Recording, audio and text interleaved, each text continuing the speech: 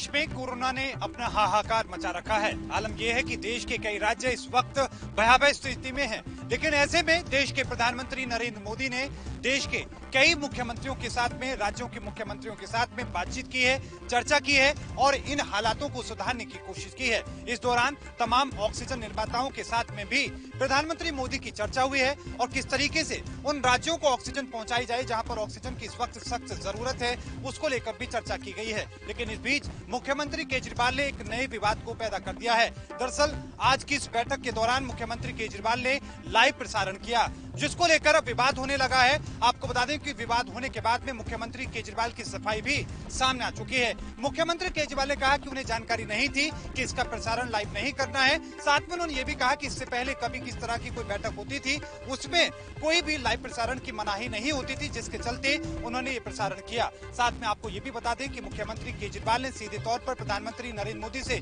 विनती की है और ये अपील की है कि देश में जिस तरह के हालात है, इसको लेकर एक नेशनल प्लान बनाने की जरूरत है। आपको बता दें कि बीते रोज भी सुप्रीम कोर्ट ने एक नेशनल प्लान की बात कही थी, इसको लेकर सुनवाई भी होनी है। लेकिन इन सब के बीच में अरविंद केजरीवाल ने एक महत्वपूर्ण बात ये कही है। उन्होंने कहा कि देश की सेना के हाथ में तमाम ऑक्सीजन प्लांटों को सौंप देना चाहिए ताकि ऑक्सीजन की जो कालाबाजारी है उस पर रोक लग सके। आपको ये भी बताते चले कि मुख्यमंत्री केजरीवाल ने ये विनती की है कि जिन राज्यों से, दूर दूर के राज्यों से, पश्चिम बंगाल से, उड़ीसा से जो दिल्ली ऑक्सीजन आनी है, उसको लाने के लिए देश के प्रधानमंत्री कोई तत्काल प्रभाव से कोई कदम उठाएं। सीधे तौर पर मुख्यमंत्री केजरीवाल ने कहा है या तो हवाई जहाज के माध्यम से या फिर ऑक्सीजन एक्सप्रेस के माध्यम से जल्द भारी संख्या में जो 300 टन से ज्यादा की अभी सख्त जरूरत दिल्ली को है, वो ऑक्सीजन तत्काल प्रभाव से मंगाई जानी चाहिए। लेकिन इन सब के बीच में दिल्ली के साथ में लगातार विवाद भी बने हुए हैं। आपको बता दें कि बीते रोज ही उप मुख्यमंत्री मनीष सिसोदिया ने एक विवाद को जन्म दिया था। उन्होंने सीधे तौर पर कहा था कि हरियाणा और दिल्ली, ये दो ऐसे राज्य, हरियाणा और उत्तर प्रदेश, ये दो ऐसे राज्य हैं जो लगातार ऑक्सीजन को रोक रहे हैं, जिसको लेकर विवाद बना हुआ है। दोनों ही राज्यों के स्वास्थ्य मंत्री ने इसको लेकर सफाई दी है और साथ में उन्होंने पलटवार करते हुए कहा है कि दिल्ली सरकार में मौजूद नेता इस मौके पर राजनीति कर रहे हैं। लेकिन अब ये देखना दिलचस्प होगा कि दिल्ली में ऑक्सीजन की जो त्रासदी है, ऑक्सीजन की जो कमी है, वो कब तक पूरी होती है। वीडियो जर्नलिस्ट बलविंदर सिंह के साथ मोहित चौधरी, ANP न्यूज। देश में कोरोना के हालातों को देखते हुए एक बार फिर सुप्रीम कोर्ट ने स्वतः संज्ञान लिया और मामले की सुनवाई की। मुख्य न्यायाधीश के तौर पे अपने कार्यकाल के आखिरी दिन एस ए बोबड़े ने सरकार पे सख्त टिप्पणी करते हुए कहा कि ऑक्सीजन की कमी की वजह से लोग मर रहे हैं। हालांकि इस मामले को 27 अप्रैल यानी मंगलवार तक स्थगित कर दिया गया है। इसको लेकर 3 न्यायमूर्तियों की बेंच ने सुनवाई की, जिसकी अध्यक्षता CJI बोबड़े ने की। बता दें, ऐसे बोबड़े सुप्रीम कोर्ट के इतिहास में पहले ऐसे न्यायाधीश होंगे जिनके कार्यकाल का ज्यादातर हिस्सा कोविड लॉकडाउन और वीडियो कॉन्फ्रेंसिंग के जरिए सुनवाई में चला गया। ऐसे बोबड़े अपने 14 महीने के कार्यकाल के दौरान सिर्फ 90 दिन ही फिजिकल सुनवाई कर पाए। ANP के लिए अदिति विश्वकर्मा की रिपोर्ट। कोरोना संकट के बीच उत्तर प्रदेश में निजी अस्पतालों में कोरोना मरीजों की भर्ती के लिए CMO के रेफरल लेटर की जरूरत थी, लेकिन लोगों की मांग को देखते हुए योगी सरकार ने इस प्रस्ताव को खारिज कर दिया है। कल हुई मीटिंग में योगी सरकार ने सभी अधिकारियों को निर्देश दिए और बताया कि अब कोरोना मरीजों को किसी भी निजी अस्पताल में भर्ती करवा सकते हैं। CMO रेफरल सिस्टम सिर्फ मेडिकल कॉलेज और सरकारी अस्पतालों में लागू रहेगा, जिसे हटाने पर मीटिंग में यह फैसला लिया गया। इससे पहले राज्य मानवाधिकार आयोग ने भी मरीजों की भर्ती के लिए जरूरी CMO के रेफरल लेटर की जरूरत को समाप्त कर सीधे अस्पतालों को भर्ती करने को कहा था। बीते दिन CM योगी आदित्यनाथ ने कोरोना से ज्यादा प्रभावित 4 जिले लखनऊ, कानपुर, प्रयागराज और वाराणसी के DM और मेडिकल कॉलेजों के प्रतिनिधियों के साथ बैठक की थी। इस दौरान CM योगी ने ऑक्सीजन की कमी, कोरोना की दवाओं की कालाबाजारी समेत कई और मुद्दों से निपटने के अधिकारियों को निर्देश दिए थे। उधर यूपी में नोएडा और गाजियाबाद के अस्पतालों में भी बेड और ऑक्सीजन की समस्या दिखाई दे रही है। वहां के अस्पतालों के संचालकों ने सरकार से गुहार लगाई है कि इन समस्याओं को जल्द से जल्द दूर किया जाए। मैं कैमरामैन बलविंदर के साथ पुष्पेंद्र चौधरी, ANP न्यूज, सरहिंद। देश देश में ऑक्सीजन की कमी को लेकर लगातार हाहाकार मचा हुआ है और ऐसे में हमारे देश में ऑक्सीजन की कमी, वेंटिलेटर की कमी, बेड की कमी और इन सब के कारण मरीजों की लगातार जान जा रही है और आए दिन कोरोना के मामले भी बढ़ रहे हैं और सबसे बुरा हाल तो देश की राजधानी दिल्ली का बना हुआ है। और ऐसे में जो खबर सामने आ रही कि दिल्ली के बड़े अस्पताल में ऑक्सीजन नहीं मिलने से मरीजों को काफी ज्यादा परेशानियों का सामना करना पड़ रहा है और दिल्ली के पेंटामेड अस्पताल में ऑक्सीजन स्टॉक खत्म हो गया है और इसी बीच 50 मरीज ऑक्सीजन सपोर्ट पर हैं। अस्पताल ने सभी मरीजों के परिजनों को ऑक्सीजन लाने को कहा है और सबसे पहले सर गंगाराम तरफ से कहा गया कि 25 मौतों में से कुछ ऑक्सीजन के लो प्रेशर और बेड न मिलने की वजह से हुई, लेकिन अब साफ तरफ से अस्पताल ने यहां पर यू टर्न ले लिया है और अस्पताल के चेयरमैन डॉक्टर DS राणा ने ये बताया कि ये गलत खबर है। कोरोना से जितने भी मरीजों की मौत हुई वो सब ऑक्सीजन की कमी से हुई है और ये पूरी तरह से खबर गलत है। बहरहाल इन सब के बीच कोरोना मरीज फिर भी परेशान दिखाई दे रहे हैं। कैमरामैन बलविंदर के साथ साधना बता। महाराष्ट्र में जहां कोरोना का मामला तेजी से बढ़ रहा है तो वहीं वहां के अस्पतालों में आग लगने की घटनाएं आए दिन सामने आ रही है। महाराष्ट्र के बिरार में स्थित विजय वल्लभ अस्पताल में आज सुबह 3 बजे आईसीयू में आग लगने से 14 मरीजों की मौत हो गई। हॉस्पिटल में 17 कोरोना मरीज आईसीयू में थे, जिसमें से 14 की मौत हुई है और फिलहाल 3 आईसीयू मरीजों को दूसरी जगह शिफ्ट कर दिया गया है। माना जा रहा है कि एसी में शॉर्ट सर्किट के चलते सुबह 3 बजे आग लग गई है, जिसके कारण ये बड़ी घटना हुई है। वहीं मुख्यमंत्री उद्धव ठाकरे ने मरने वाले मरीजों के परिवार के लिए 5 लाख रुपए और गंभीर रूप से घायल मरीजों को 1 लाख रुपए का मुआवजे देने का घोषणा की है। कैमरामैन शशिपाल के साथ ममता शर्मा, ANV न्यूज। जहां प्रदेश के मुख्यमंत्री योगी आदित्यनाथ जी खुले तौर पर बयान दे रहे हैं कि पूरे प्रदेश में चाहे प्राइवेट नर्सिंग हो, चाहे जिला चिकित्सालय हो, ऑक्सीजन की कमी होने नहीं दी जाएगी। पर्याप्त मात्रा में ऑक्सीजन भेज दिया गया है। वहीं जनपद बहराइच का मामला सामने आया है। यहाँ राजेश कुमार श्रीवास्तव CMO हैं, जिन्होंने प्राइवेट नर्सिंग होमों पर ऑक्सीजन की रोक लगा दी है। बच्चे वेंटिलेटर पे हैं, बाकी O2 वार्मर पे है बच्चे। 26 बच्चे भर्ती हैं। मैं रात से ही CMO साहब से फ़ोन कर रहा हूँ, बात कर रहा हूँ। रात को 20 सिलेंडर इन्होंने दिया था, सुबह के लिए तक पूरा हो गया। अभी सुबह से फिर मैं आया हूँ, तब से अभी तक का मुझे 1 सिलेंडर के लिए साइन करने के लिए नहीं दे रहे हैं। कभी फाइल मांगे, फाइल दिया, फिर उसके बाद बोले लिस्ट लेके आओ, लिस्ट लिया, गार्जियनों का एक नंबर दिया हूँ, डिटेल दिया हूँ। मैं जो अपने मोबाइल से ऑनलाइन भी मैंने कहा सर आप विजिट कर लीजिए, देख लीजिए, उसके बाद में मुझे कर दीजिए, लेकिन जितना जल्दी हो सकता है उतना जल्दी कर दीजिए। 2 घंटे का मेरे पास में और ऑक्सीजन बचा हुआ है। सिलेंडर 2 लगे हुए हैं, वो खत्म हो जाएंगे तो सारे बच्चों की बहुत बुरी समस्या हो जाएगी। मैं बहुत परेशान। हिंदुस्तान चाइल्ड क्लिनिक, जहां 24 बच्चे मौत जिंदगी से जूझ रहे हैं, वहां का डॉक्टर गयास अहमद CMO के पैर गिर रहा है, गिड़गिड़ा रहा है ऑक्सीजन के लिए। CMO ने कहा पूरे प्रदेश में ऑक्सीजन की किल्लत चल रही है, इसलिए ऑक्सीजन नहीं मिल पाएगी। इस संबंध में CMO से जब जानकारी ली तो CMO ने बताया कि पूरे प्रदेश का यही हाल है। जबकि खास बात तो ये है कि CMO के कारिंदों द्वारा ऑक्सीजन की कालाबाजारी की जा रही है। रफीकुल्लाह खां, ANB न्यूज, बहराइच।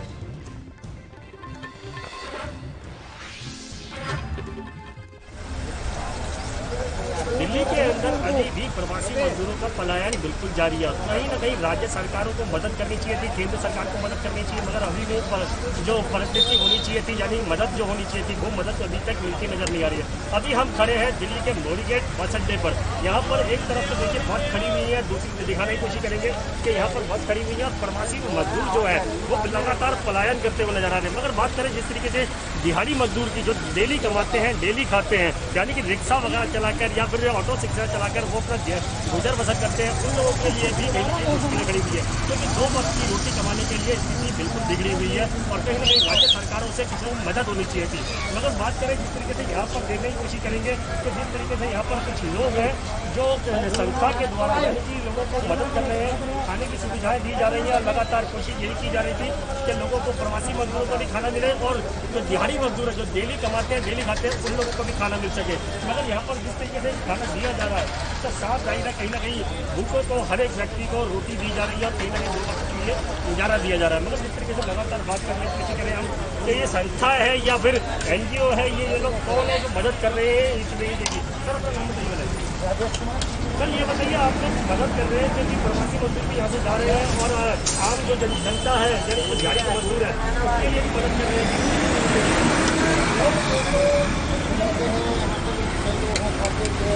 बैठे हुए हैं, उनको कुछ खाने पीने को है नहीं है। इसलिए सस्ता है तो उसमें क्या कहते हैं ना, ये बना के क्या कहते हैं हम लाते हैं, पहले यहाँ पे बांटते हैं ताकि लोगों को कम से कम भरपेट खाना तो मिले। किस तरीके से जहाँ से जो डेली कमाते हैं, डेली कमाने वाले हैं, वो लोग अपना दाना ले रहे हैं, मतलब कहीं ना कहीं प्रवासी मजदूरों की ये भी मदद की जा रही है। मतलब देखना होता है इस तरीके की मदद अगर राज्य सरकारें भी करें तो कितनी सहायता मिल पाएगी इन लोगों को। मगर देखिए एक चीज़ गौर करने वाली बात है कि केंद्र सरकार और राज्य सरकार की तरफ से अभी प्रवासी मजदूर या डेली कमाने वाले जो दिहाड़ी कमाने मजदूर है उनके लिए इस तरीके की कोई भी सुविधाएं नहीं दी जा रही है। कैमरा पर्सन इरफान खान के साथ Rajeev Kumar Tiwari, ANP news. Corona के बढ़ते मामलों के बीच वेयर हाउस ने खुद ही फैसला लिया है कि वो वीकेंड लॉकडाउन लगाएगा, क्योंकि जिस तरह से कोरोना के मामलों में बहुत तेजी से वृद्धि हो रही है, उसकी चेन को ब्रेक करने के लिए ये एक इनिशिएटिव उनकी तरफ से लिया गया है। जिस तरह से महामारी जो कोविड-19 की पूरे भारतवर्ष में फैली है और उसको देखते हुए और हमारे हॉस्पिटल जम्मू के अंदर जगह नहीं है, सारे हॉस्पिटल भरे हुए हैं और बड़ा एक डर सा माहौल जो है पैदा हुआ है। लेकिन जब लेफ्टिनेंट गवर्नर साहब ने आदेश दिए कि मार्केट अपने क्राउड कम करने के लिए कदम उठाए, तो हमने पहले अपनी टाइमिंग कम की 9 से लेके 9 बजे दुकानें खुलेंगी और 6 बजे जो है बंद हो जाएंगी। उसी के तहत आगे बढ़ते हुए हमने वीकेंड लॉकडाउन का निर्णय लिया है और जो ये 24 तारीख को लागू होगा। यहाँ के प्रधान के अनुसार जो वेयर हाउस में एंटर भी कर रहा है उसको भी मास्क लगाना जरूरी है और समय समय पर हर आने वाले का टेस्टिंग भी की जा रही है। ये कहीं ना कहीं एक अच्छी पहल कही जाएगी, क्योंकि कोरोना की लहर इस समय बहुत खतरनाक है। Ravindra Kumar Srivastava, ANB news, Jammu.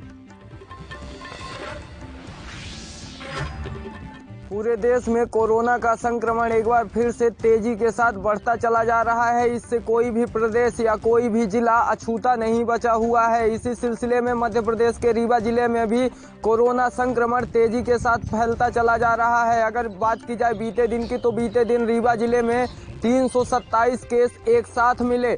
हालांकि इस समय पे जो रीवा जिले में कोरोना पॉजिटिव संक्रमित मरीजों की संख्या आ रही है वह 25% बढ़ गई है और रीवा जिले में अब तक लगभग 2300 के आसपास कोरोना से संक्रमित एक्टिव केस पहुंच चुके हैं, जिनमें से अब तक 41 लोगों की मौत हो चुकी है। इसको देखते हुए रीवा जिला प्रशासन के द्वारा आपदा प्रबंधन समिति की बैठक बुलाई गई। बैठक में पहले जो वैवाहिक कार्यक्रम होने थे उनमें 10-10 लोगों को छूट दी गई थी, लेकिन अब वह पूर्णतः बंद कर दिया गया है। जो आपदा समिति प्रबंधन की बैठक हुई, उस बैठक में यह निर्णय लिया गया कि किसी भी प्रकार से धार्मिक, वैवाहिक या राजनीतिक कार्यक्रम नहीं होंगे, सभी को पूर्णतः बंद कर दिया गया है। अगर रीवा जिले में कोरोना कर्फ्यू भी लागू है, जिसको देखते हुए लगातार कोरोना संक्रमण की चेन तोड़ने के लिए रीवा जिला प्रशासन के द्वारा सख्त कदम उठाए जा रहे हैं। वहीं इस बैठक के दौरान मध्य प्रदेश शासन के मंत्री भी मौजूद रहे। हालांकि मध्य प्रदेश शासन के मंत्री के द्वारा बताया गया कि रीवा जिले में ऑक्सीजन बेड, रेमडेसिविर इंजेक्शन की किसी भी प्रकार से कमी नहीं है। वहीं दूसरी ओर हाल ही में रीवा जिले में एक मामला सामने आया था, जिसमें बीएसएफ का जवान अपनी कोरोना संक्रमित पत्नी को लेकर संजय गांधी अस्पताल के चक्कर काट रहे थे, लेकिन उन्हें इलाज नहीं मिला और जिम्मेदारों के द्वारा इधर से उधर 8 घंटे तक भटकाया गया। हालांकि मीडिया की दखलंदाजी के बाद उन्हें जगह तो मिली, लेकिन उनका सही से इलाज नहीं हो पाया। वहीं प्रभारी मंत्री के द्वारा बार बार यह बोला जा रहा है कि ऑक्सीजन बेड, रेमडेसिविर इंजेक्शन की रीवा जिले में कोई कमी नहीं है। इसके बावजूद भी डॉक्टरों के द्वारा और संजय गांधी के अस्पताल के जिम्मेदारों के द्वारा देश की सुरक्षा करने वाले जवान के साथ ऐसा बर्ताव किया गया।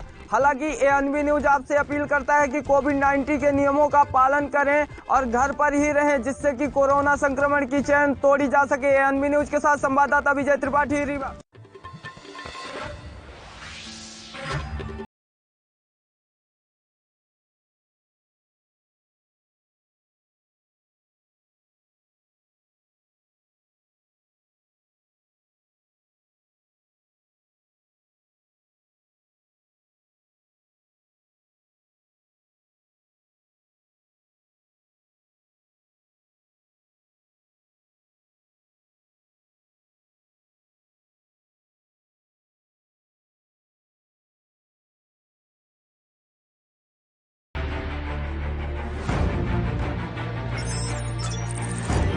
चाहे सियासत की हो या सरकार की,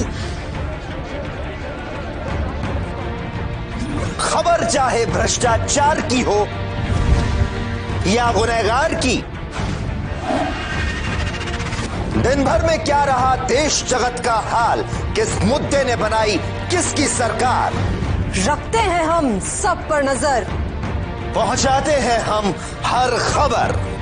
हम हैं ANB न्यूज।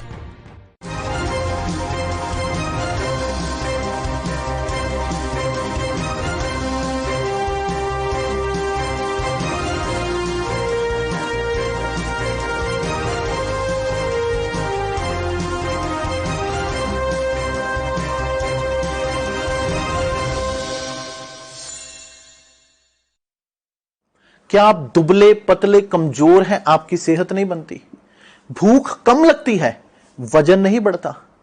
दरअसल मेन बात खाना पीना खाना नहीं है, मेन बात है खाया पिया लगना। और अगर खाया पिया लगेगा ही नहीं तो सेहत बनेगी कैसे? इसलिए हमारी संस्था सन्यासी आयुर्वेदा ने एक ऐसी दवा बनाई है जो कि आपके पाचन तंत्र को, आपके लीवर सिस्टम को ठीक करने का काम करती है, ताकि आप जो भी खाएं उसका पूरे का पूरा निचोड़ आपके शरीर को लगे, आपकी भूख बढ़े, खाया पिया सही से लगे, नया खून बने, हड्डियों में जान आए, वजन बढ़े, ताकत बढ़े, चेहरे पर नूर आए और आप मोटे तगड़े खूबसूरत पर्सनैलिटी के मालिक बन जाएं। यह दवा पूरी तरह से आयुर्वेदिक होती है। इसका शरीर पर कोई भी साइड इफेक्ट, कोई भी नुकसान या दुष्प्रभाव नहीं होता। लड़के लड़कियां दोनों इसका इस्तेमाल कर सकते हैं और पहले 15 दिन के अंदर ही आपको इसका असर महसूस हो जाएगा। सिर्फ 650 रुपए की पूरे 1 महीने की दवा होती है और आप इसे घर बैठे 01145454545 पर फोन करके दवा मंगवा सकते हैं।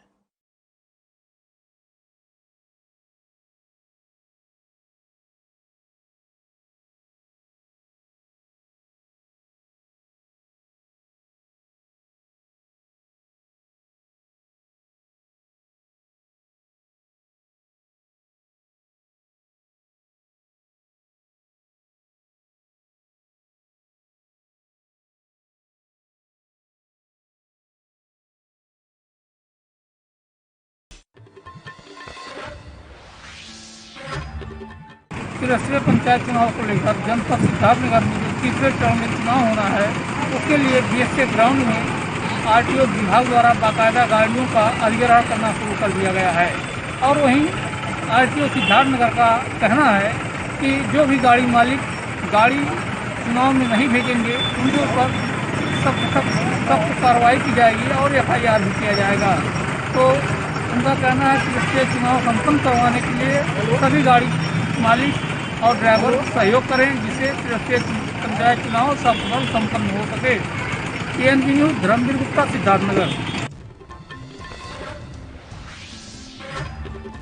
मथुरा जनपद में कोरोना वायरस पूरी तरह से दस्तक दे चुका है। आए दिन मरीजों की संख्या बढ़ती जा रही है। मरीजों का आंकड़ा 2000 के पार कर चुका है, जिससे स्वास्थ्य विभाग में हड़कंप मचा हुआ है। वहीं जन्मभूमि के प्रबंधकों के द्वारा ये निर्णय लिया गया है कि 9 मई तक जन्मभूमि बंद की जाएगी। कोरोना से उत्पन्न परिस्थितियों को दृष्टिगत रखते हुए श्री कृष्ण जन्मभूमि पर श्रद्धालुओं का प्रवेश आगामी 9 मई तक नहीं होगा।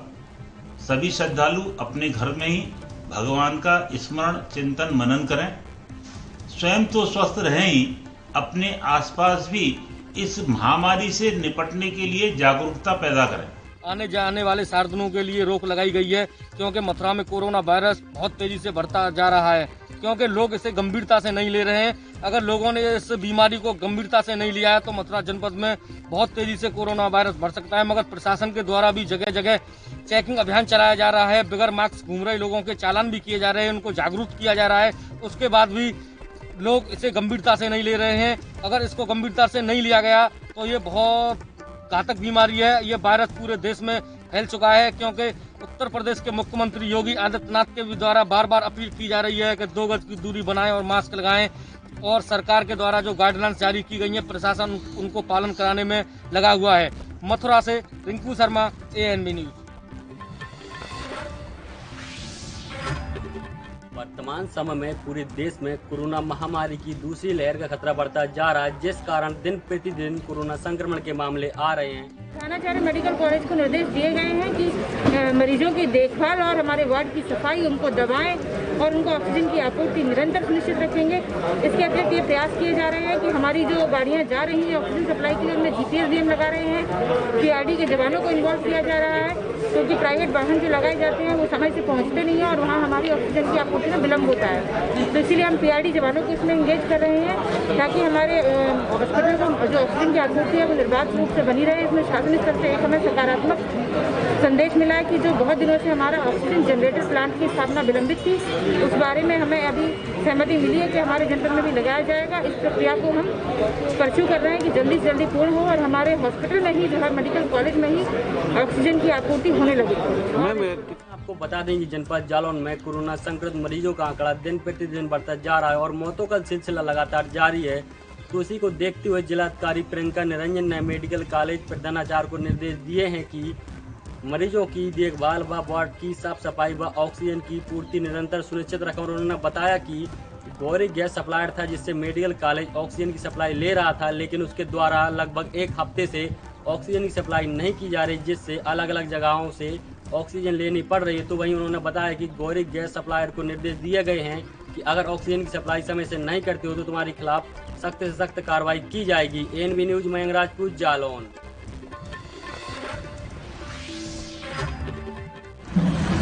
छत्तीसगढ़ में कोरोना जिस तरीके से बढ़ते जा रहे हैं, कोरोना के संक्रमण जिस तरीके से बढ़ते जा रहे हैं, उनके मौत भी उसी तरीके से है। उसके बावजूद भी बस्तर के कुछ लोग यहाँ पे बाहर घूमने से मना करने के बावजूद समझाइश देने के बाद भी नहीं समझ पा रहे हैं। तो छत्तीसगढ़ पुलिस ने, बस्तर की पुलिस ने एक नई प्रयास चालू की है। उसके बाद ये किया गया है कि यहाँ पे जो भी बाहर घूमता है तो उनकी गाड़ियों को सीधे जब्ती करके थाना लेके आया जा रहा है।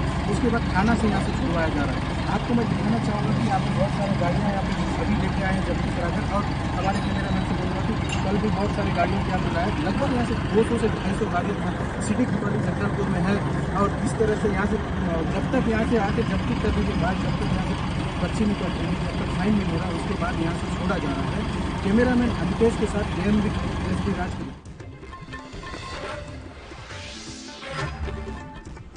रेलवे के कर्मचारी यद्यपि अपनी जान जोखिम में डालते हुए इस कोरोना काल में एक जगह से दूसरे जगह तक लोगों को अपने गंतव्य तक पहुंचाने का कार्य कर रहे हैं, मगर कोरोना का डर उन्हें भी सताया जा रहा है।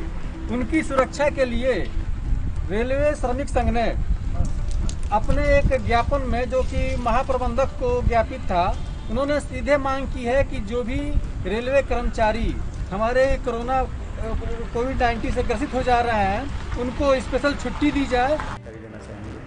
आपका जो ज्ञापन अभी मिला है उसको महाप्रबंधक महोदय तक पहुंचा दिया जाएगा। जहां तक इस ज्ञापन का प्रश्न है, तो इसमें कोविड संक्रमण से जो रेल कर्मियों को बचाए जाने हेतु लिखा गया है। इसके लिए रेलवे व्यापक तैयारी कर रही है। और गोरखपुर की अगर बात करें तो ललित नारायण मिश्र हॉस्पिटल में कोविड लेवल 2 के 25 बेड का वार्ड ऑलरेडी फंक्शनल हो चुका है, जहां पे जो हमारे रेलकर्मी हैं, उनके परिजन हैं, उनको भर्ती किया जा रहा है। निरंतर महाप्रबंधक महोदय वीडियो लिंक के माध्यम से लोगों से संवाद कर रहे हैं और व्यवस्थाओं को दुरुस्त करने के लिए लगातार मॉनिटरिंग की जा रही है। ये मुश्किल वक्त है, लेकिन कोविड के जो प्रोटोकॉल हैं, सभी से अपील है कि उसका पालन करें। दुर्भाग्यवश अगर किसी कर्मचारी की मृत्यु हो जा रही है तो उन्हें 15 लाख रुपए तक का सहायता राशि प्रदान की जाए। और उन्होंने एक और मांग की है कि अचानक इसके बढ़ते हुए रफ्तार को देखते हुए रेलवे की जो बिल्डिंगें खाली हैं, उन्हें एक क्वारंटाइन सेंटर के रूप में डेवलप किया जाए। कैमरामैन अनिल के साथ मैं रवि गुप्ता, ANB न्यूज, गोरखपुर। मुंबई से सटे पालघर के विरार में विजय वल्लभ हॉस्पिटल में लगी आग में अब तक 14 लोगों की मौत हो गई है, जबकि 3 लोगों की हालत चिंताजनक बताई जा रही है। आपको बता दें कि विजय वल्लभ हॉस्पिटल में आज तड़के सुबह आईसीयू में आग लग गई थी। लोग कुछ समझ पाते उससे पहले ही पूरा आईसीयू वार्ड आग की आगोश में समा गया, जिसमें 13 लोगों की घटना स्थल पर मौत हो गई। 4 लोगों को दूसरे अस्पताल में शिफ्ट किया गया था, जहां एक लोगों ने और दम तोड़ दिया। महाराष्ट्र सरकार ने जहां पूरे मामले की जांच करने के आदेश दे दिए हैं, वहीं राजनीतिक सियासत भी काफी जोर चल रही है। आपको बता दें कि पिछले 2-3 महीने में ये चौथी ऐसी घटना है जो अस्पताल के अंदर घटी है। इससे पहले मुंबई के भांडुप इलाके में और कल नासिक में ऑक्सीजन लीक होने से 29 लोगों की मौत हुई, तो आज वहीं विरार में अस्पताल में लगी आग में अब तक 13 लोगों की मौत हो गई है। जहां एक तरफ कोरोना से पूरा देश परेशान है और आर्थिक राजधानी मुंबई में हाहाकार मचा है, इसी बीच अस्पताल की घटना से लोगों में काफी डर और खौफ का माहौल है। एएनबी न्यूज के लिए मुंबई से मुरारी सिंह। उत्तर प्रदेश में बढ़ते कोरोना मरीजों की संख्या को देखते हुए आज उत्तर प्रदेश के सभी जिलों में 59 घंटे के लिए लॉकडाउन लगा दिया गया है, जो कि आज 8 बजे से नाइट कर्फ्यू रहेगा व शनिवार और रविवार को वीकेंड लॉकडाउन लगाया गया है, जिसको लेकर जिला प्रशासन अलर्ट है और सभी दुकानदारों को निर्देशित किया गया है कि अगर किसी की दुकान खुली पाई गई तो उनका चालान काटा जाएगा और कानूनी कार्यवाही की जाएगी। जिस तरीके से अयोध्या जनपद में कोविड-19 कोरोना की मरीजों की संख्या बढ़ते हुए 2000 के पार होती नजर आ रही है। ऐसे में कोरोना के कारण मरीज अपना दम तोड़ रहे हैं। ऐसे में जिला अधिकारी अनुज कुमार झा सहित एसएसपी शैलेश कुमार पांडे ने लोगों को सोशल डिस्टेंसिंग के साथ मास्क लगाने के लिए हिदायत दी। वहीं बताया कि लॉकडाउन का लोग पालन करें, घर में रहे, आवश्यक कार्य पड़ने पर ही बाहर निकले। वीडियो पर्सन मोहित के साथ Gaurav Mishra, NB news channel Ayodhya. Firozabad के थाना शुकावाद में भागवत कथा के दौरान उड़ाई गई कानून की धज्जियां। बता दें कि लाइसेंस हथियार और देशी तमंचे का एक वीडियो वायरल हो रहा है, जो कि काफी तेजी से वायरल हो रहा है। वहीं आचार संहिता का भी खुलेआम उल्लंघन किया गया है।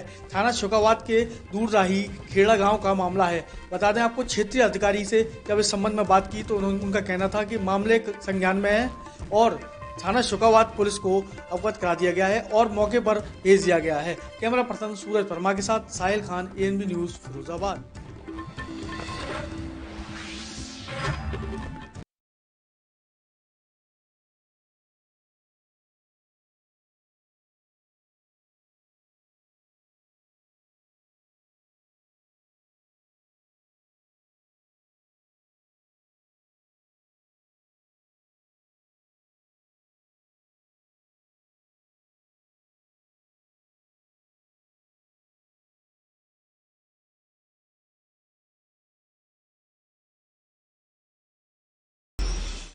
क्या आप दुबले पतले कमजोर